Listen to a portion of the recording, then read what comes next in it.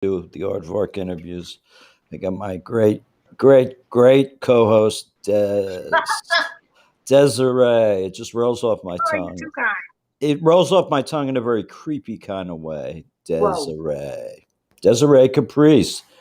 She's brought today someone from the UK, actually, a rapper from the UK who goes by the name Le Magnifique. Well, what do you want to call? What do you want us to call you? You want us to call you? Yeah, well, you can call me Le Magnifique or Selwyn. I mean, Desiree knows me, from a long time, so you can I call me call him brother. Selwyn. But we're all friends here, so yeah.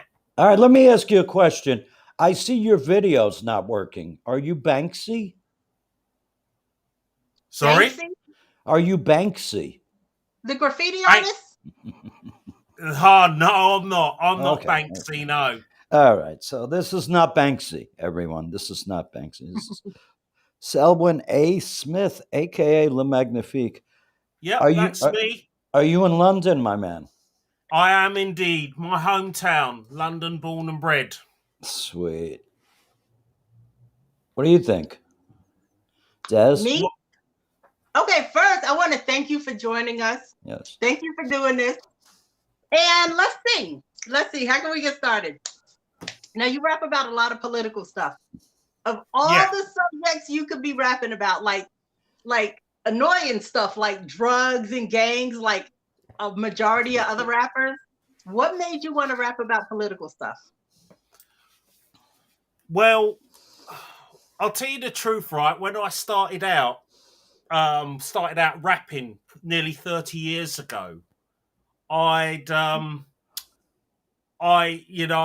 broke up with my girlfriend and so on, and at the time I was 18, and I was and then I sort of like started looking for a new venture. So I started to really get into my old school hip hop. I mean, I was into it beforehand in the late 80s and so on. So it was the early 90s. I decided to go a bit further with it, and I started experimenting with it, with listening to the likes of the names listed, like the influences of Gangstar, Naughty by Nature, MC Light, Raw Digger, and of course Eric B and Rakim, Big Daddy Kane, those guys. Big Daddy Kane. Yeah.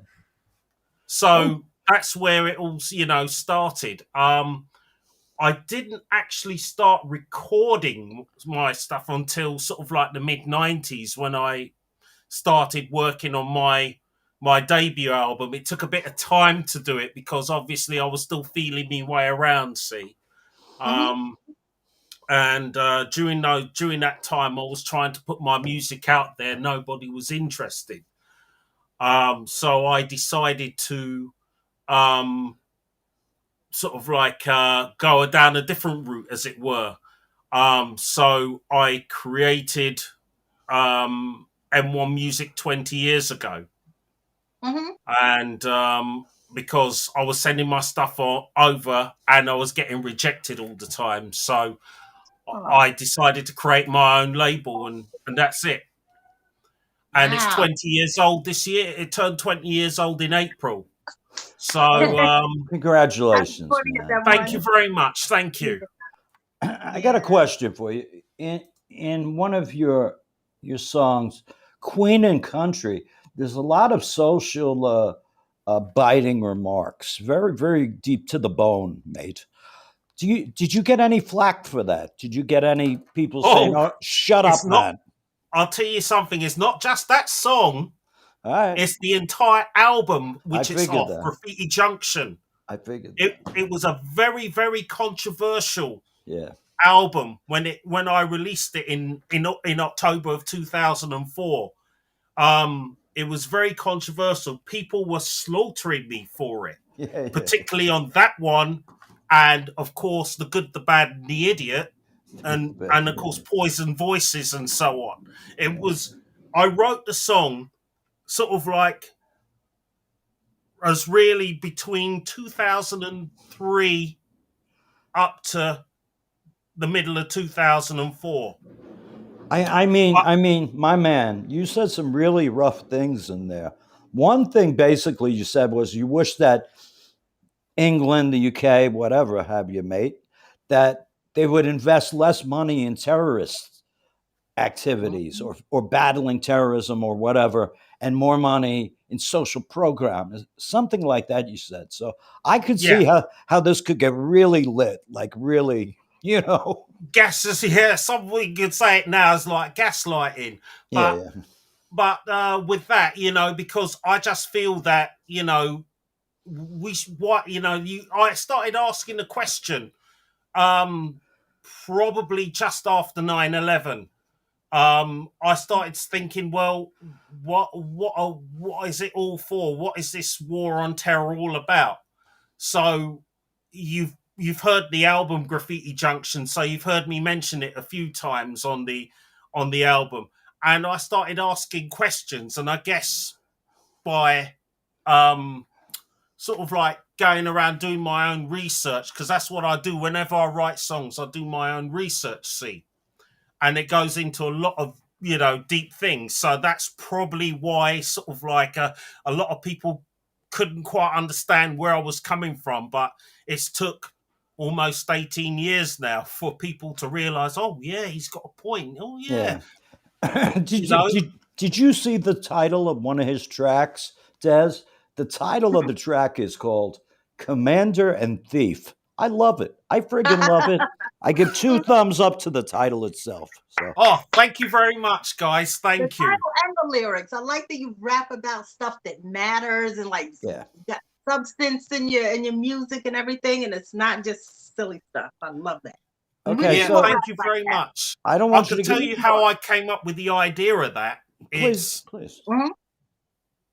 Oh, you can hear me yet? Yeah, I came up with the idea of that basically in 2008, and it was about when you know, the financial crisis hit. That was when I wrote it during the financial crisis in 2008, where everybody was struggling. And, you know, here in the UK, a lot of people were paying money to the banks because all the taxes, what we paid for in the UK, all went to the banks. Okay. And so the people own it. And of course, the government is sort of like saying, oh, no, you don't. And they've just took our money, basically. Hence the name Commander and Thief. I love it. But at this time, we're going to introduce another rapper from the East Coast of New York, of the United States. How can you have the American Revolution without what's it called? The USA represented. My man, Superdavemedia, Dave Miller, Dave the Drunken Sailor, whatever you want to call him. Drunken my man Sailor. right there. Say hello to Le Magnifique. We got Des. Hello. Sorry, you can't see me picture. I'm having issues here in London. Oh, jeez. All the way from London. No, I'm not good. I hear you. Very good. Yeah. Well, this is some rap battle. This is some rap battle. We can't see each other. We can't talk to each other. What a battle. But let me ask you a question, Des. Des, before we get kicked off, do you have any questions for Selvin? Do you have the 3 questions? Or do you have anything for Senor Le Magnifique? Okay, let me see, because I had a few questions. Okay, now, Magnifique, you said that like you started rapping and then you went into the studio. Like, let's say there's somebody who wants to get into rapping. What advice would you give them? Like, let's say someone's sitting at home and they're like, I got some rhymes, but I don't know how to get it from rapping in the mirror in my bedroom to actually putting it on, I was gonna say wax. That's showing my age. To like going into I know exactly what you mean, by wax, yeah. So what advice would you give someone who's like, okay, I want to go from rapping in the mirror in my bedroom or in the bathroom to actually getting some records printed up? Well, obviously you got social media now, so you're going to get a lot of people who are going to go out and put videos out there now. compared to when I started 30 years ago. There was none of that. If you're gonna, it depends on the context you're gonna write about. If you want to write about sort of like real issues, you have to sit down and do your research. You can't just write anything willy nilly, and And put out false then information. people will be looking at you strange and starting, who is he? What is he on about? So you want to be able to do your research on that before before um uh, uh before You put it writing. out. That's what I did. When I was creating, I did some political stuff on my very, very early albums. Like if you guys have ever listened to the M1 Story, that is my second album, but it's the first release off of M1 Music. That album was originally due to be released at the end of 2001, but I had problems with the software and so on, so it was 2 years late. So I have a couple of political songs on there, like On Certain World and One Day. So with On Certain World, that's more or less what written just after 9/11, that song. So it was about my own take of my own view from here in the UK. And then basically I thought to myself, when I went to an anti-war march and I started getting speaking with people, that's another one. You go and speak with the public, you take a notepad and a pen and write some words down. Any words that come to your head, you just write them down, and there you go. And that's how. And then the next thing you know, you're writing a song.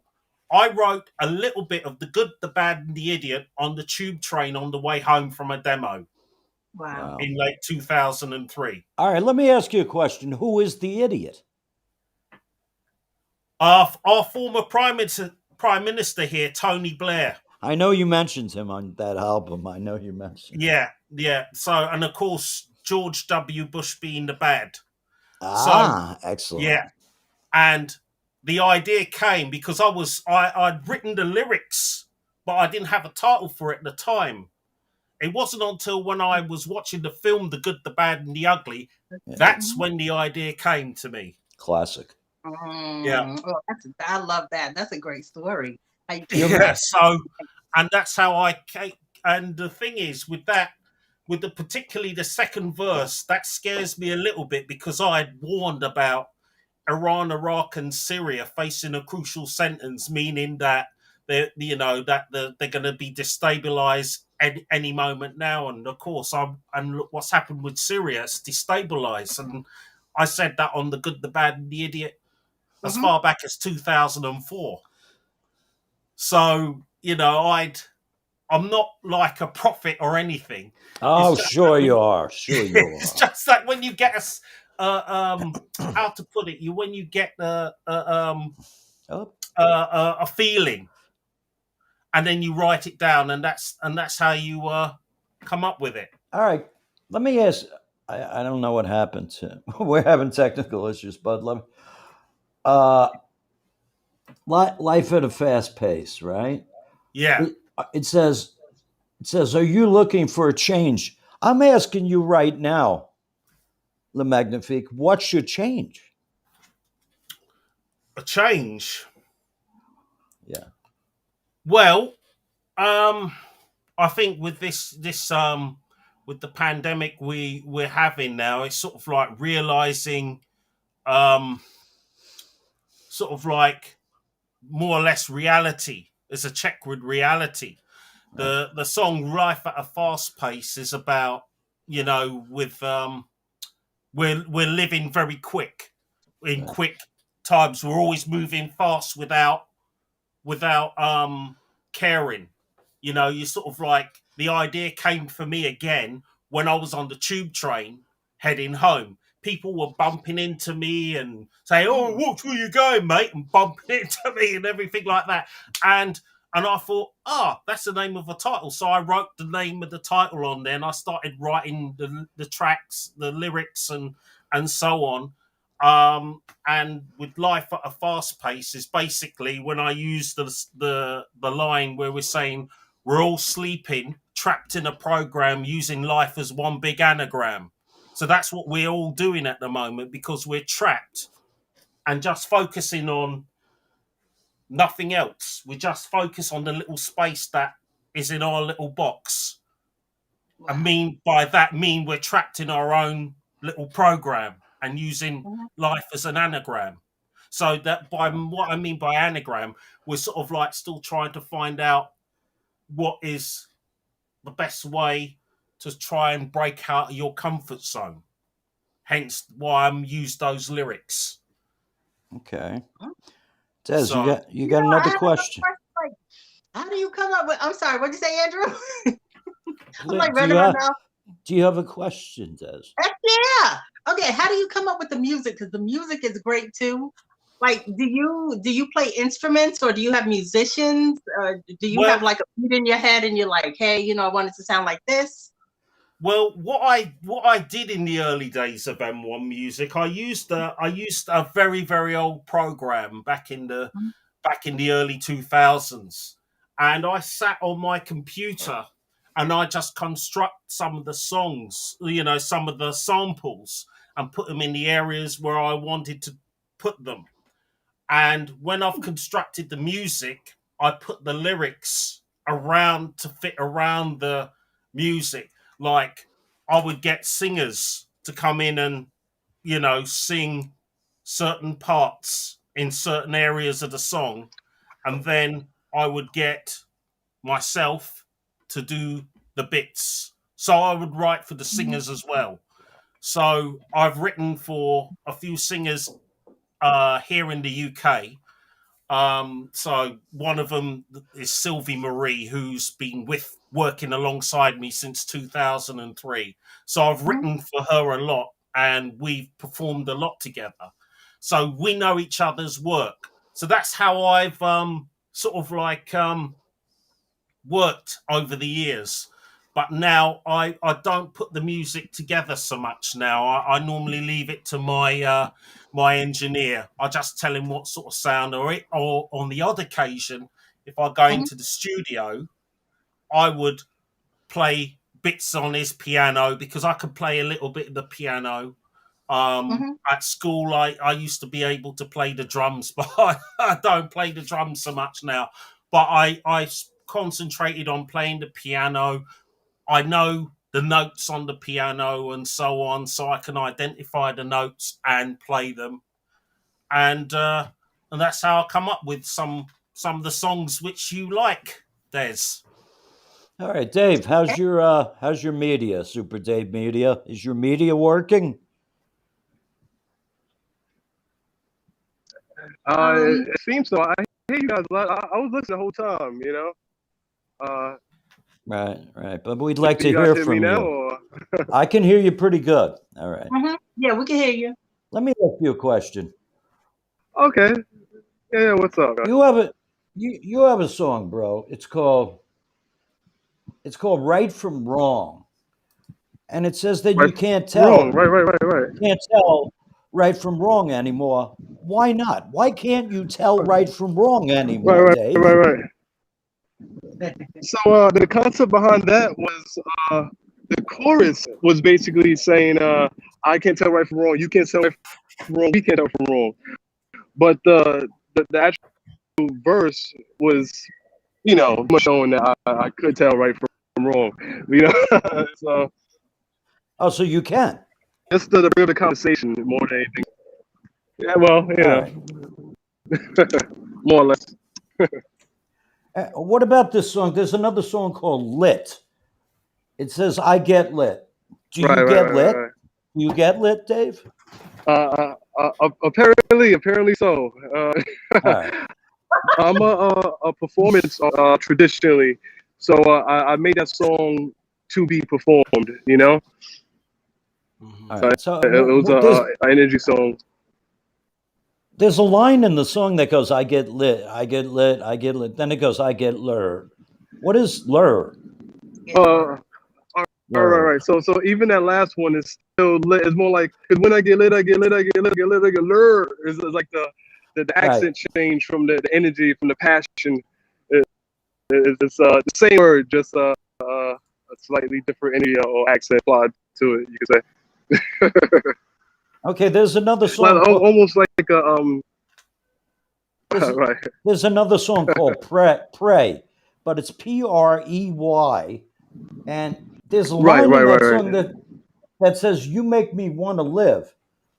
Is this a love song? Because it don't sound like a love song. It sound like a killing Right, right, right. motherfuckers. What is it? It's it's more of my conspiracy theory song, if anything, because Oh, there's a lot Widow or of Manga? conspiracies surrounding music. Huh? Because now he's getting the end of the technical difficulties right now. Or I guess we're having a bad we're having a bad hair day. It seems today at Mojo Rising. This is topical entertainment news. We're going to close the show. We're going to keep Dave on and Des on. We have another guest. I hope he's ready to join us for the second show. I'd like to thank our producers at Topical Entertainment under the umbrella Mojo Rising, Teddy. We have another show called Listed Live with the wonderful Kelly E. And that's on Tuesday nights at like 6 p.m. You check that out. You check that shit out. It's all about rap and stuff. And you may be able to hear the people there. So you got Listed Live. Every Tuesday night and Thursday night, there's a show at 7:30 p.m.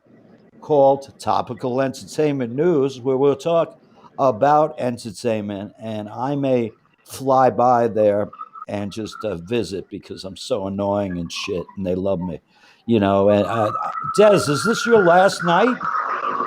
Yeah, until I guess until I have another Monday off, and I could join. Because the long story short, boss is coming back, and I'll probably be at work by this time. I'm gonna have to change the hours of the show for you. Huh? Tell me your schedule. Maybe we could have it changed to keep you on the show. Somehow. Okay. We'll see. Let's talk about this. All right. Next up, who else do we have? Is Tristan available? Tristan. How's it going, guys? How are you? Tristan, welcome. It's been a while, Des. How are you? Welcome to Aardvark Interviews. Thank you for doing this. Yeah, thank you both for inviting me. This is super cool. This is cool. I've never done a restream podcast before. This is totally like technically awesome. This is great. It looks and flows so smooth. Well, yeah, okay, that was funny. But, no, I'm serious. Things like the problems with the last the pop-ups, the back room, like it's seamless compared to the stuff. Like I've done stuff through Zoom and Google Meets and even Skype and Restream so far. This is cool. This is a really good setup you guys got. Excellent. Oh, so what are you what are you doing now? What am I doing now?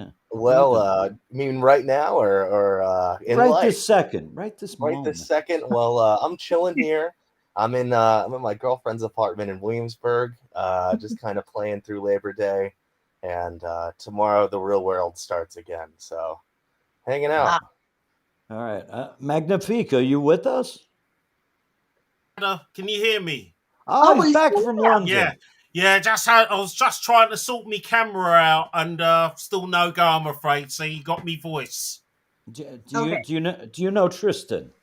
I don't. I've never heard of him, to be fair. But it's lovely to meet you. Tristan lives in London as well, right? No. I'm over in Queens. Are you guys in New York? Andrew, are you in New York? Yeah, I'm in Manhattan. Oh, okay, cool. Do you know that Le Magnifique wrote a song called Queen and Country, talking about Queens? Oh, no, I didn't. Tell me about it. Oh, well, basically, it's an anti-war song. Where was he? Where were you? Where did you go, Le Magnifique? Were you on the crapper? No, well, you see, there was a lot of demonstrations at the time, so so basically, I came up with the title "Queen and Country" because it was at the time they were here in the UK. They were debating on whether Britain should join the invasion of Iraq. That's what the song was all about. And I came up with the line said, "Oh, with the recent wars we've all had to pay, I'm more saying about myself, saying that I'm more accurate than some dodgy dossier." Nice, So, nice. so basically, I'm saying that my facts are more accurate because I've done my research, and the dodgy dossier is what they all made up to justify the invasion of going into Iraq, which That's we a all heavy know song. was a complete disaster. It was a complete disaster, and a lot of Hence, that's why I came up with that line. I'm more accurate than some dodgy dossier. Damn right, bro. Tristan, what did Des tell you about things? Oh, not too much. I got the invite saying that you interview musicians and that you are interested in interviewing or just kind of having me on the show to kind of talk about just movie stuff, production stuff, whatever. I'm hanging out. And Pretenders. I'm here to talk about a movie that I've got coming out in October. Oh, do you have is that the movie that Des is in the bathroom in and she gets kidnapped? No. Business. The bathroom business. He's obsessed. Yeah, man. Tell her. Scene. Who started this? Anyway. How long is the film? It's 90 minutes. Wow, it's like a real feature-length film. Yeah. We put that whole thing together. It took probably, I don't know, we shot principal photography in like 3 weeks. Wow. Is it in the cutting room now? Is it No, it's fully done. We actually won the best feature film prize over at CineQuest this year, which is a film festival based out in San Jose. And through there we actually found we got acquired. We found distribution through a company called Gravitas Ventures. And right around the middle towards end of October we'll be out on like video on demand services, just a ton of streaming services, but we'll have a lot more details posted within like the next 2 weeks. We've got like a bunch of PR meetings lined up to figure out how, the stuff's all going to come out and how we should best, direct people to the movie. But yeah, that's, I didn't meet Des the first time there though. I met Des, I don't know, maybe like 3 years ago. Everything, right? Yeah. I had the chance to direct a web series, like a couple episodes of a web series, and Des, I met her on set forever ago. And it's so much fun filming with you guys, like you and James and Adam. It's just fun. Thank you very much. Yeah. We I don't know. We all kind of seem to not do great outside of the movie world, and then the minute we step on set, we feel wonderful. So it's kind of the same in the studio when you're recording, when you're doing music. Yeah, it just kind of clicks. It's like I don't know, you get in a flow state when you're there, and it's like, I don't know, nobody wants to work 13, 14-hour days, but sometimes it happens on independent movie sets, and it's like, it sucks. We're getting like 4 hours of sleep sometimes, but I don't know, the actors, the other crew, they get to sleep in, and us, at the top doing the producing stuff, we're usually up super early, and we're first to show, last to go. So, but can't you get the film released on like Amazon or some shit like that? Yeah, so Amazon actually has a pretty open service for people to post their films, but one of the biggest issues that we found doing our own self-distribution is that, I don't know, our lead has a very, like, she's an influencer on TikTok, so that's sort of a solid way in. But us as producers and filmmakers aren't really social media people. Okay. And so it's kind of tough to, direct everybody to whatever platforms we get on with our own merit, like the Amazons, the Vimeo on demand, things like that. We can get it there, but to direct people there, it's tougher. And when we have a distribution company, it adds this like level of legitimacy, I think, too, where people get more excited that someone else was excited. You know what I mean? Are they good? This Gravitas, are they good? Yeah, they're everywhere. They I don't know. There's not a single platform they're not on, and a lot of these movies that they've bought and acquired and put out over the past few years, they're ones you never would have imagined. They're kind of everywhere. Well, let me ask you, what did you think about Desiree's acting abilities? Oh, I loved it. I loved it. You, Desiree, you showed up to set with a wig on. And I didn't know you had a wig on until the end of the day. And I'm like, holy shit. That's I had acting. no clue. That's friggin' acting. It was great. And you came in and you glad you absolutely. liked it. What's up? I'm glad you liked it. I mean, It was I'm glad incredible. you're not like, why did she show up with this wig on? No. We had to create this motherly figure that both loved and wanted the best for her son, but in a completely selfish So did she have a way. And did she have a nailed it. wig? She had a wig of what, like a Florence Henderson? It was like a brush. It was a swept. It was like brushed to the side. It was. Do you have that? Do you have that wig? I still have it. Yeah. Could you put it on? Have it. Oh my God. It was like playing, like, while doing the character, it was like, okay, I'm gonna just be true to the character. And then when I watched it back, I was like, oh God, that kid is gonna need so much therapy. Like, there are mothers out there who are really like that. I was like, damn, she's a bitch. Yeah, I had I had a friend growing up whose mom was a very similar way, just a super Long Island, real gritty type, get it done, and I have love for you, but it doesnn't feel like it. And I don't know, I love that you were able to embody the exact character I wanted to demonstrate. So, and I love that you had me in it. Thank you. I love having you to be a part of it. Is it difficult for you, Des, to play those hard ass roles when you're such a sweetheart? No. Thank you. It was fun. It was fun, but then it was like watching it back, I was like, oh, and then I was like, my daughter was watching it with me. And I'm like, if I ever show any signs of that, just, tell me to rein it in some. That was a bit much. It was a bit much.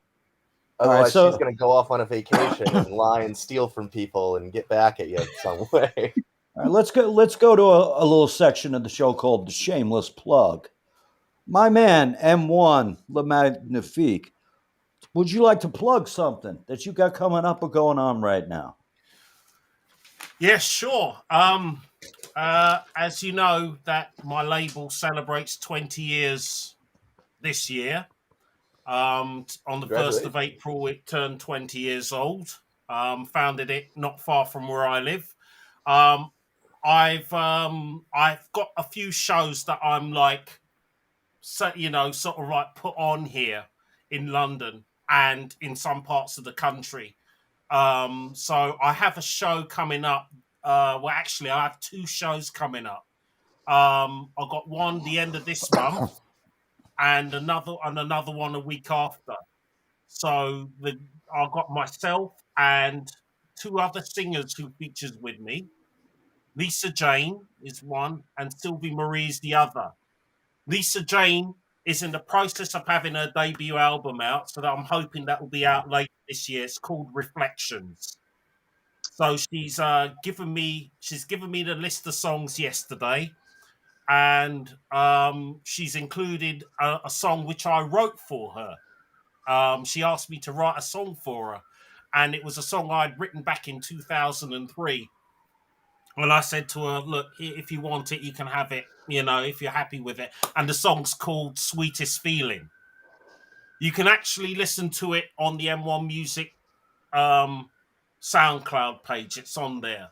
So I'm not sure if that's going to be her first single. It's up to Lisa Jane, but she's going to be the next artist who's going to have an album released from M1 Music. Let me ask. I won't be having anything new until probably early 2023.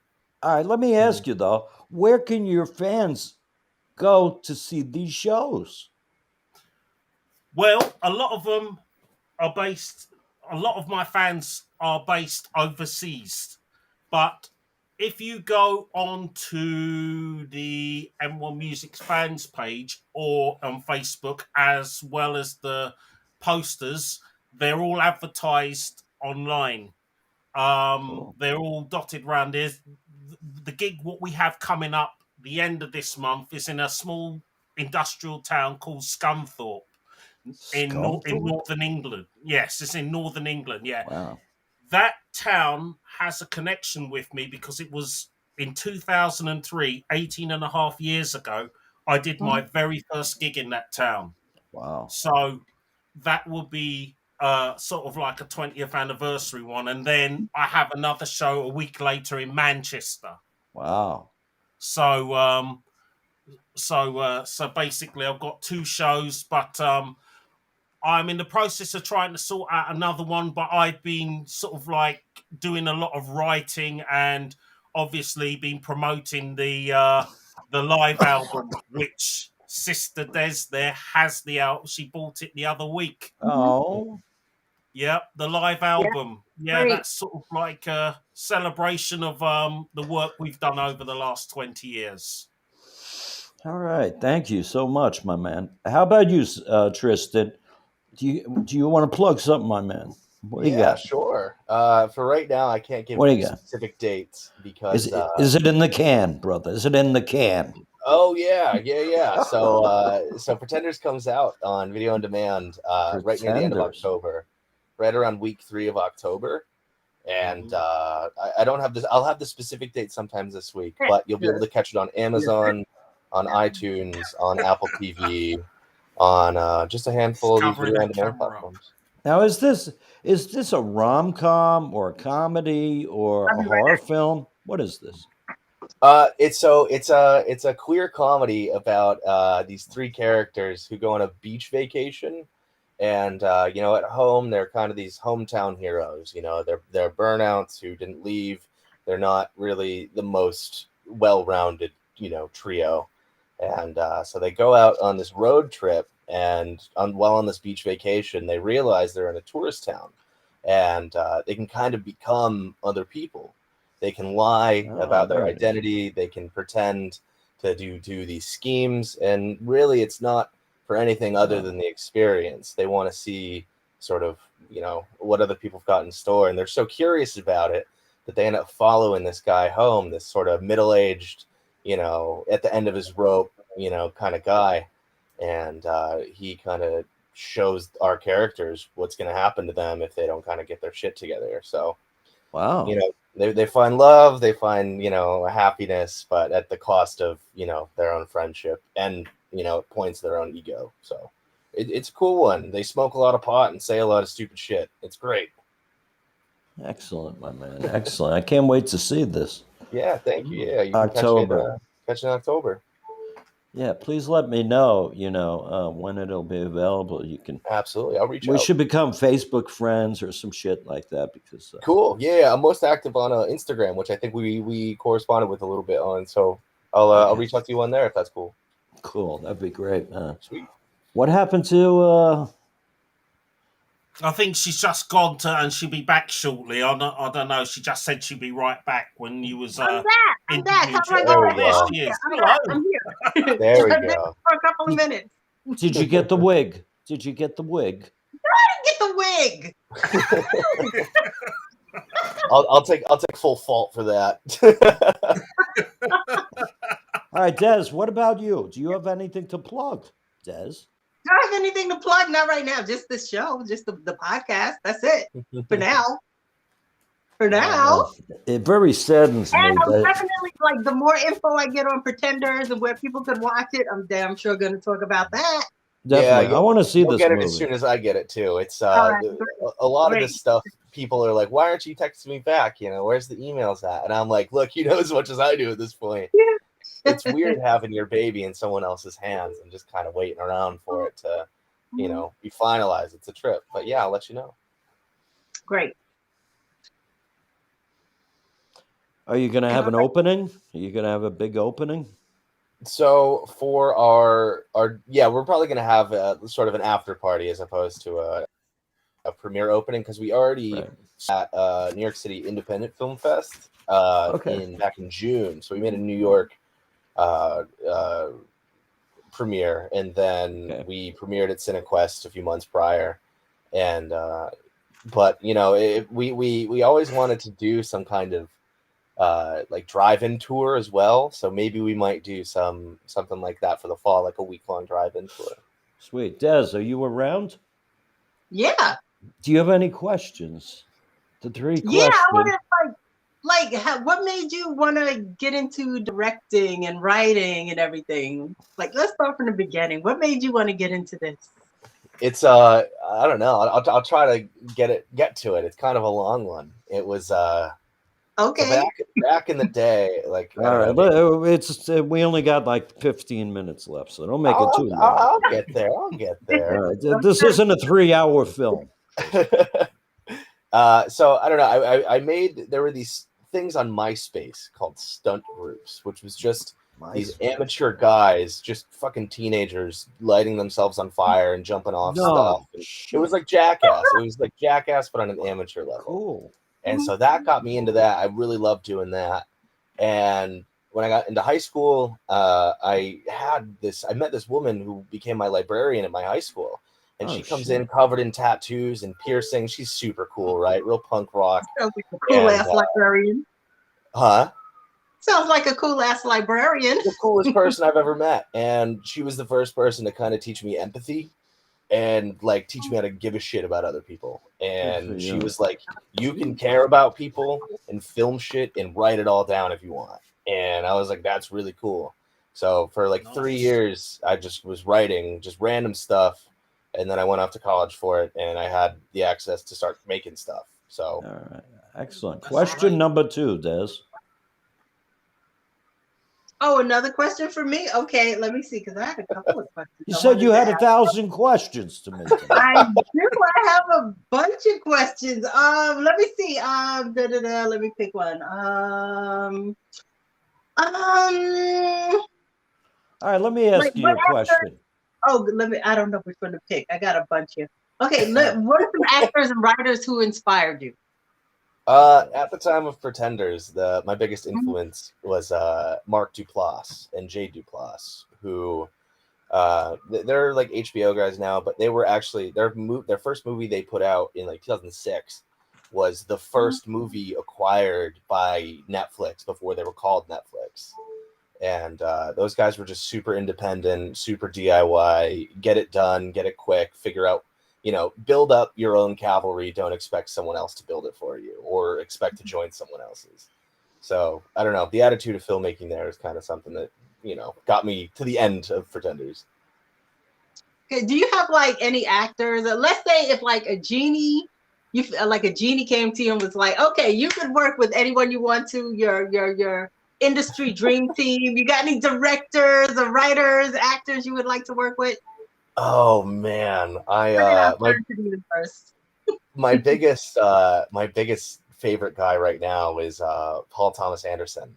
He did Boogie Nights and Magnolia and like The Master. I don't know. He's done these really big epics, and I don't know. He writes these stories that feel so much bigger than they really are, because it's about the person in such an epic story. And I don't know. I wish I could write scale like that. Is that your Instagram handle? Yeah. Yes. Wow, that's pretty good. Nailed it down before anyone else did. All right, let me ask you a question, Des. Yeah. Who do you think should play the Black Batman? There's not going to be a Black Batman. Why not? Idris Elba. Because he'd be a great Bruce Wayne, like with the accent and everything. Well, Bruce Wayne doesn't have an accent, but he could. I'm gonna say Idris. I'm gonna just say Idris and leave it at that. And what do you think, Le Magnifique? Who will be the Black Batman?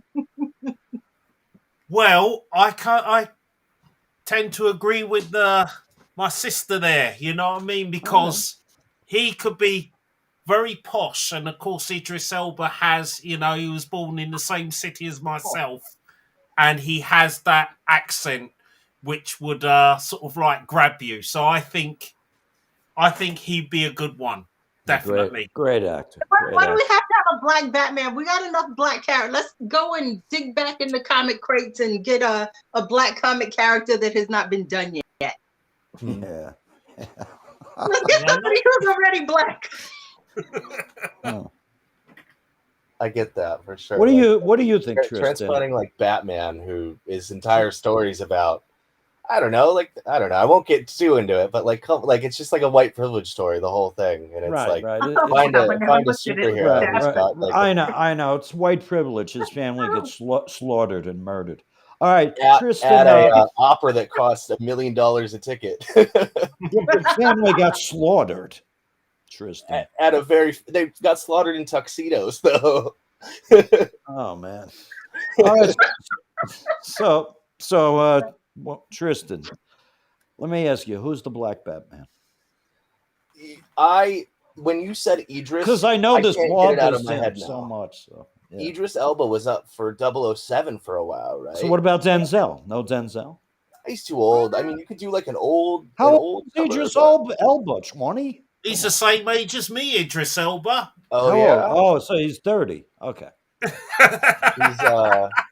I don't know. The fact that he was up for James Bond already puts that high posh, badass. Like that's who he is. He's a great actor. Do you see him in Luther? Did you see him in Luther? Yeah. Oh, I haven't checked out Luther. No. You haven't checked out Luther? Oh my Mm-mm. God. All right. So, we're going to close soon. Is there, Des, do you have anything you want to say? This may be the last time we see you for a while. Oh no. You know what I want to know? Okay, we're gonna get a little serious now. Did your family, like, this is for Tristan and Menifee, do your family and friends support you? And I'm asking that because, like, I'm reading Cicely Tyson's book, right? And her mother kicked her out of the house because her mother's like, you want to be an actor? She wasn't having it. And same with like Jennifer Lopez, her mother kicked her out because she was like, you're not doing that. You got to get a real job. Do your family and friends support you? So that is no. He's going to say no. Look at him. I've got an interesting story. When I was good. doing those stunt videos, I was about 14 years old, and I was interviewed on Dr. Phil, and no way about like, oh, you're throwing yourself off buildings to get on TV, and you're 14. That's crazy. And that was kind of that is so cool. It was awesome. And my dad was the first to be like, "That's sick. Let's do it." So. I don't know. The ignition, I got a lot of support, and then I've always been more of an independent person, so I kind of sprouted out from that. But that immediate ignition, I got a lot of lift off. Nice. Okay. Menifee, what about you? My family supported me as well. There were a few who said I should try to be more rapping as an American in my early days, and I tried, and it didn't work for me. So I decided I wanted to be me.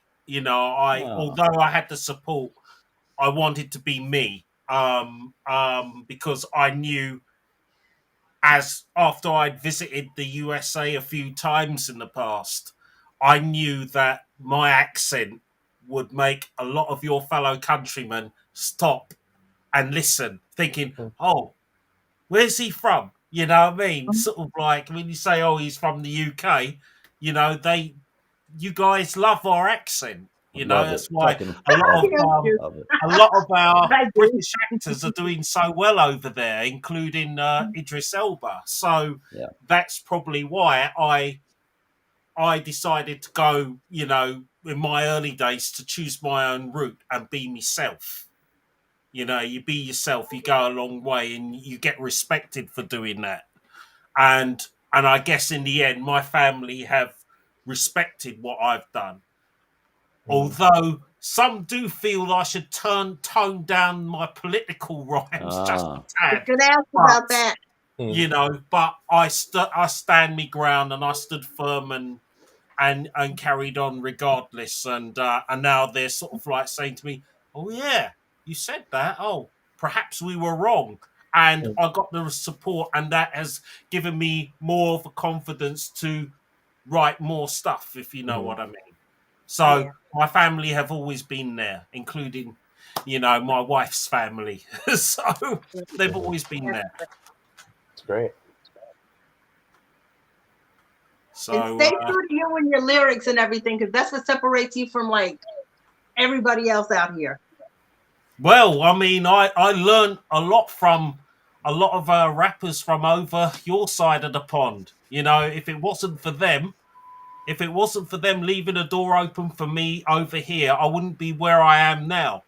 So I give credit to the rappers on your side of the pond, and particularly the ones from New York City, helping me, you know, just like the likes of Gangstar and the late Keith Alarm, God rest his soul. You know, even though he's from Boston originally, he was like the main man who left the door open for me. Wow. So, and I learned a lot from him. So I'm in debt to all of the rappers over in the US, particularly those ones from the 90s. Mm-hmm. Would you like to put out a movie or do a movie or something like that, Le Magnifique? Oh, whew, wow. No, that's a good question, actually. I did some acting in school in the 80s. I never really actually thought I would be able to do something. I've always thought about writing a song for a movie, you know, doing Nice. something like that. You know, I dreamt of doing that. Acting, I could probably have a go, but you know, it's been years since I did all of that at school. That was over 30 years ago. But mainly, I'll be like to, you know, perhaps write a song for a movie, or Nice. dream one day of writing half a soundtrack. You know, like what Queen did with Flash, and of course some rappers with some of the song, you know, with their own songs with the films and what have you. I'd like to do that. Mm-hmm. Wow. That's my dream anyway. Nice. I You heard Le Magnifique's dream. What's your dream, Tristan? Well, just to kind of get paid as a filmmaker is the dream for sure. If I can pay my bills, whatever they may be, because I directed a movie, that's the goal. Shoot, I have the same dream for acting. This is what I want to get paid doing. Yeah, exactly. Yeah, what I love doing. I mean, aside from just like financial stuff too, it's always about, I don't know, you kind of appreciate the art that you do all the time. You got to learn to love every inch and every aspect of, you know, your craft and all the different types of languages that are, you know, I mean, I make movies. So like you've got a visual language, you've got an audio language, you've got a music language, you've got acting language, you've got dialogue, which is literally just the way people talk. Like there's all these different ways to just communicate. And I guess the ultimate dream is just to be able to communicate absolutely anything that I want. And it's a very weird goal, but because it's not something you really think about. But when you take all these different forms of you know, ideas and you try to figure out how to boil it down to one idea or drive it home in a way that is communicated clearly, it's cool. There's a lot of stuff you can do and a lot of stuff you can say by putting those modes of communication together. All right. So do you fellas right here, Tristan and Le Magnifique, do you fellas think that, are you okay with the possibility that you would remain indie and not mainstream and sell to a big production company or whatever, and like make not as much money as you would make being in the machine, so to speak? Are you okay with that? You know, because it seems that indies don't make as much money as Hollywood, if any at all. I mean, right? That's what I'm saying. There's so many movies that deem themselves like independent, but they're still made with, you know, $5 million. It's like, Jesus, how independent can you be?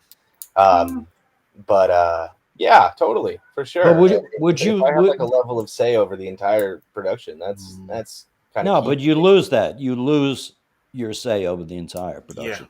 Yeah. If I were to jump to big budget movies, but I wouldn't mind that, but I wouldn't be unhappy if I was an independent filmmaker forever, making money, and maybe not the most money, but making the choices that I think are true. You know what I mean? What do you think, Magnifique? No, there's big interference in Hollywood, but what do you think, Magnifique? Would you sell your soul to the machine? No. He always I says will, on I will Facebook not he's do. not I will giving not into do the that. dark side. Huh? Yeah, I stay away from what I call the dark side All right. because, for me,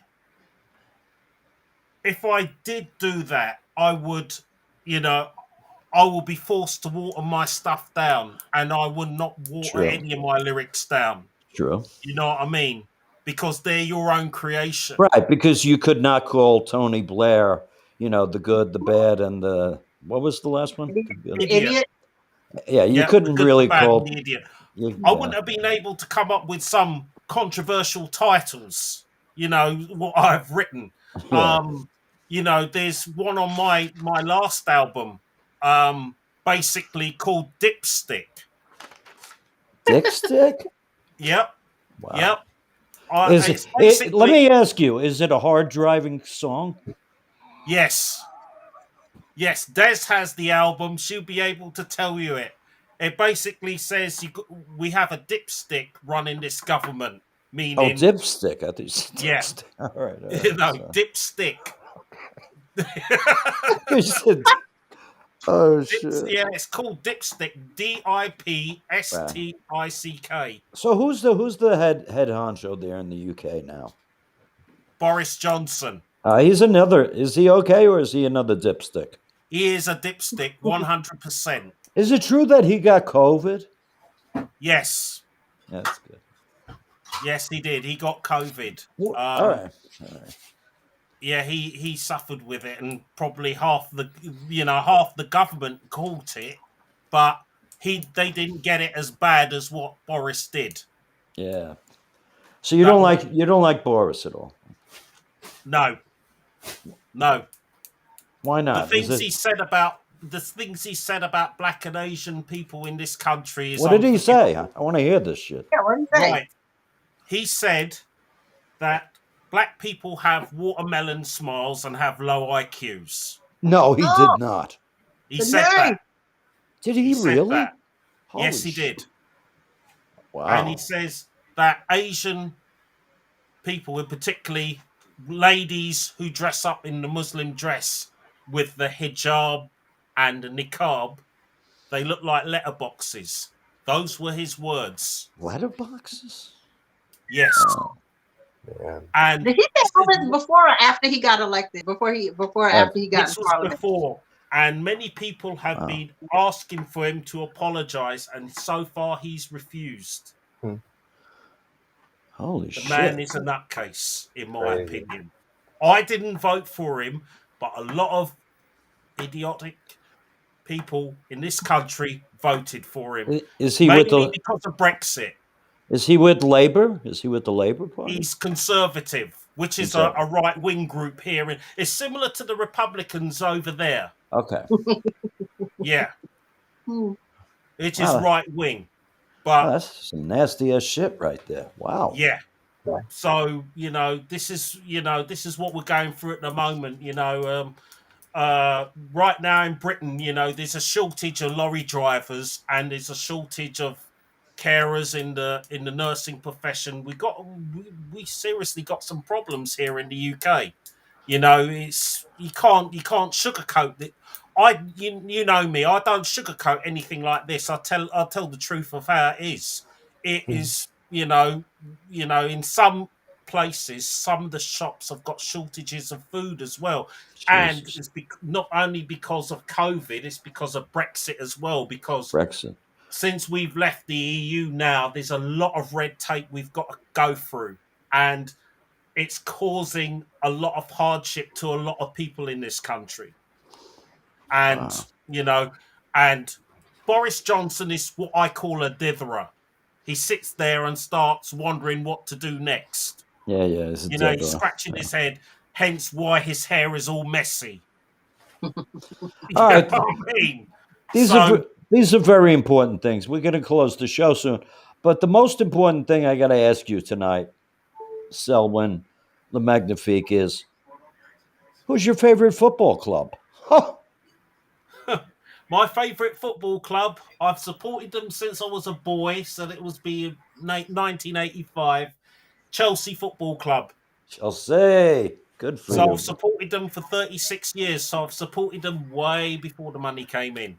Wow. So, but obviously I don't follow them as much now because, obviously because I still have a few questions about the owner. Let's put it this way, Of course. But All right. that's it. Tristan, do you have any closing remarks before we put you in jail? Before you put me in jail, don't put me in jail, please. Let me in. That's my closing remarks. No, I mean, thank you guys for having me on. This was really, really neat. And thank you for coming on. Guys, it was great to see you. Like, I want to see you more. Please, let's link up soon. Oh, that's sweet. He doesn't want to see me at all. All right, Des. Well, I'd love to see you too. You'll have to tag along. Des, do you have any closing remarks? Any closing remarks? I just want to thank Magnifique and Tristan for being on and thank you for having us on. taking time out of their lives and their schedules. Thank you guys. Wonderful. Thank you. Wonderful You're show. welcome. You're more than welcome. I'd like to thank the people at Mojo Rising and Topical Entertainment News, and of course, Des Calrissian, which is like a Star Wars thing or something. And you could catch her in this movie coming up, Pretenders, with Tristan. Catch M1. My man's got a fan page. Le Magnifique got a fan page. Join the M1. Join the M1 runaway train. Also become a smoking room member. And if you join the smoking room right now, Des will put on the wig, and you will be able to see the wig if you will be a sponsor of this show, Aardvark interviews. It's every Monday at 5:30 p.m. Eastern Standard I wear a Time. different wig every week. We may change the time to because of Des, because she's such a good friggin' co-host. Just incredible. Unbelievable. All my love. So and we got listed live on Tuesdays at 6 p.m. Made of Stars is coming up soon. And Tuesdays and Thursdays, we got shows at 7:30 p.m. Eastern Standard Time, part of the Topical Entertainment News. It's not tropical, it's topical. So thank you, everyone, for being on my show tonight. I want to hook up with you, Tristan. Yeah, absolutely. Thank you, Andrew. I want to check out your page, my man, if he's still around. There he is in the little box. Yeah. All right. I want to check that out, too, my man. Le Magnifique. Oh, before I go on the website. We have a website as well. It's www.m1music.com, and you can have a look at with myself and the girls on there as well. So you can have direct links to their SoundCloud pages and listen to their music. That's www.m1music.com.